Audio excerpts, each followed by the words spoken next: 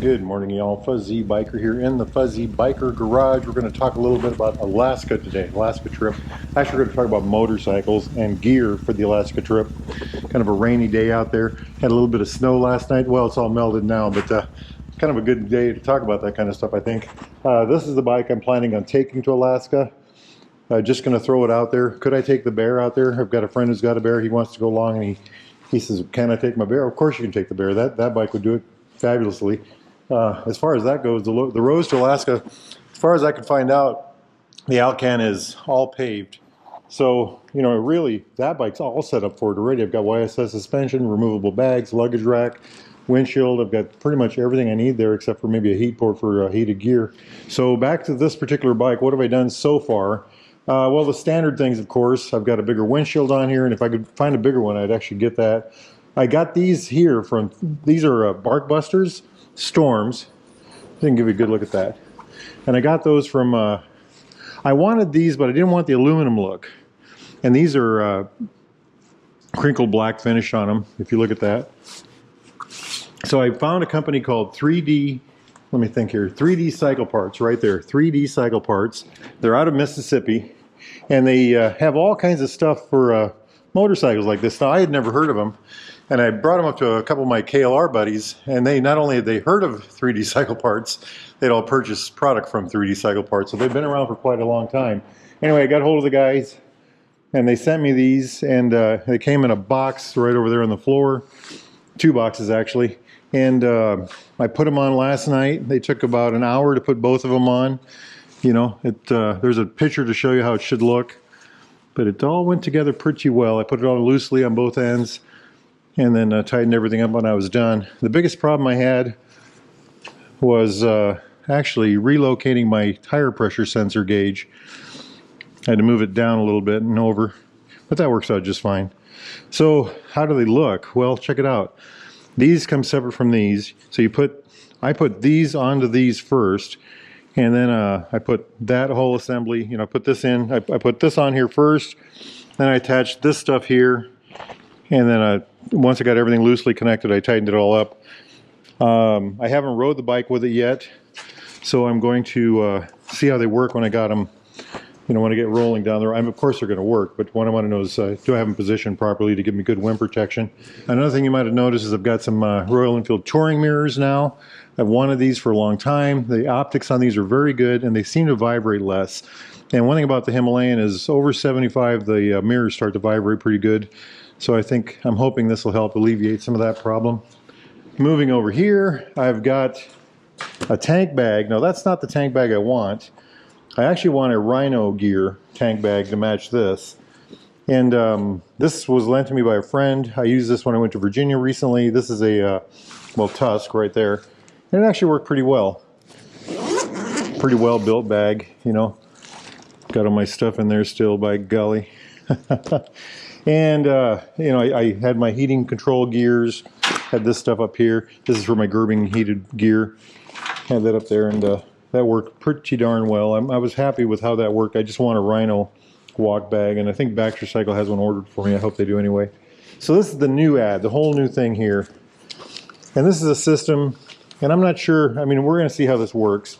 And I've only got it on one side so far, but Rhino Walk has a system where so why Rhino Walk? Rhino Walk is, I'd never really heard of him.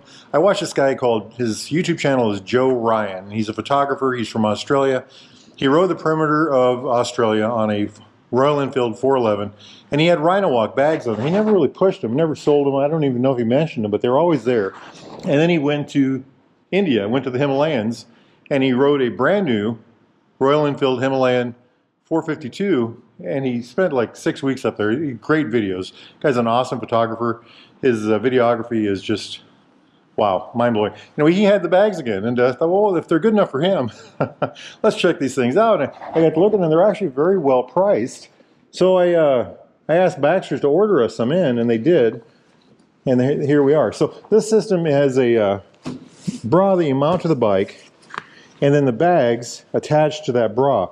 Now, why would I want that? Well, if I want to remove this bag, I just unhook this, and the whole bag comes off. So I get to a hotel or something, I want to take the bag off, I just pop that off, and you know, I can carry both bags in. I only have one bag hooked up today, but But we're going to see how that works. One of the things the straps are loose because I haven't really, I just put these on. One thing I'm worried about is, do I need a heat shield up here to keep the bags off the pipe? You know, this is all experimental for our Alaska trip. We're going to see how that works. It's a 15-liter bag, but it opens up. I think you can put, you know, the bag will come all the way up to here. So it's quite a bit of room. It's very well built, very heavy duty. I am hoping that they work out pretty good. Here's another one over here. This is a smaller one. I think this is a 6-liter bag. But check that thing out. All kinds of, you know, I don't know what that's made out of, but that's like a nylon cloth or something like that. It's got these little loops everywhere. It's got the Velcro patch there. Again, this bag is expandable. I'm going to try to figure out how to put this right here, I think. I think that'll be a good bag, don't you think? I thought about putting it this way so I could access it from the side. But I thought, well, when I need to access the bag, if I put it here, I can access it easily right there. Especially if I can figure out how to put it on the bike so I can take the bag off easily. So again, Rhino Walk, it's called, this one's called Mechanic's Bag. Nifty product. Now this is a Rhino Walk bag too, and this is a 35 to 50 liter bag, and that's on the back of my bear, and we'll get back to that in a minute. In order to put this on here and have this stay put, the only thing under the seat that I really wanted to get out, you know, that I don't want to have to take this all apart to get to, is my toolkit. So I removed my toolkit, and our buddy Colorado Mark, he's got a little bag that fits underneath here. And I'm going to talk to Colorado Mark and find out what that bag is, because if I can get one of those bags, that toolkit will fit in that bag, and that'll relocate the toolkit back here underneath him, so I'll be able to utilize that space. You know, the taillights are over here, so I don't have to worry about blocking taillights, but I think that'll be really neat. Another big thing, this thing. So, speaking of Colorado Mark, I was in Colorado. I think I rode that bike out there, the Super Meteor, and I was complaining to him about range anxiety going across Nebraska, because I think you can get about 140 miles out of a tank like that going at 80 miles an hour. And he went out to his garage and he got me one of these, and it wasn't this exact bag. He says, use that and I'll get it back to you from you next time I'm in Iowa. So this is a 1-gallon bag. I took it and I put about 3 quarts in it, and I just strapped it to the back of the bike. And then when I got home, I strapped it to the back of this bike. And what I found was, even though I never ran out of gas and I never had to use it, what I found was it alleviated range anxiety. And one of the best examples that I had is I was in the Sandhills of Nebraska, and I wanted to ride these back gravel roads, and it was like an extra 70 miles. Well, I got plenty of gas. I know where the gas station is. So I rode the extra 70. I got to where I thought the gas station was, and I was 15 miles off, and I was empty. And I thought, oh crap, you know. Well, guess what? I had the bag. I did not run out of gas. I ended up making it to the gas station just fine. But, you know, because I had this gas, I didn't have that oh crap feeling that you get. You know, so this is going to go with me. I don't know how I'm going to mount this. I don't know if I'll put it up here or on top of here, or, you know, where I'll put it, but it'll go somewhere. Put that there for now. So something about the inside of the box. I want to keep this box because I want to keep my food in here, my day use jackets and gloves and stuff like that. I want easy access to that stuff. I got myself one of these, and I'm going to Velcro this. I'm going to cut the strap off. This is a waterproof pouch. I'm going to Velcro that. I got Velcro at home. I'm in the Fuzzy Biker garage, but in my actual garage, I've got some Velcro strips. So I'm going to put that on there, and that's a waterproof pouch. And I'll put stuff in there, you know, that I need to keep dry and secure in a trip like this. But look at that! Isn't that just? It's a line box. This is by the way, is a Royal Enfield box. I got this from Baxter Cycle, BaxterCycle.com. It came with this pad on the back for the passenger. I've only had one passenger on this bike, and there was no complaints for comfort. That doesn't mean they were comfortable, but they didn't complain anyway. I love that box. Did the 300 miles. I went to Virginia. It was 2,000 miles, and the first 300 miles was in heavy rain. And I thought for sure this box would be full of water. Didn't get a drop of water in it. So either I got really lucky or this box is waterproof. And I'm going to show this off here. I got this bike August 22nd. Today is December 14th. I've been to all these states. There's 20 of them on this particular motorcycle since the 23rd of August this year. Plus, I went to Ontario. I was in Canada. I got my Canada Moose right there. There's my 3D Cycle Parts sticker. So other things to talk about would be electronics. This is the Garmin off my old 411 Himalayan. You know, do I really need it? You know, I could have put it down here. That'd be a good spot to it. The bike has a nav system built into this, but it's not a satellite system. And one of the things I thought is if I'm out in the middle of the mountains somewhere, or if I'm out in the middle of Alaska somewhere or Canada somewhere, will I have self-service? If I don't have self-service, I wouldn't have nav system. So I thought if I brought this with me, I could mount it maybe right here, get this bag somewhere else. Other bits of electronics that I have, I installed a port on this side to allow me to connect heated gear. I've got this Gerbing heated gear controller right here. That was for my, so that would plug into that. And I would plug my heated pants. I have Gerbing heated pants that are plugged into that. Now I did buy this. This is a first gear jacket now. And I got this, and I have a splitter that'll fit on there so I can plug both pieces of gear in.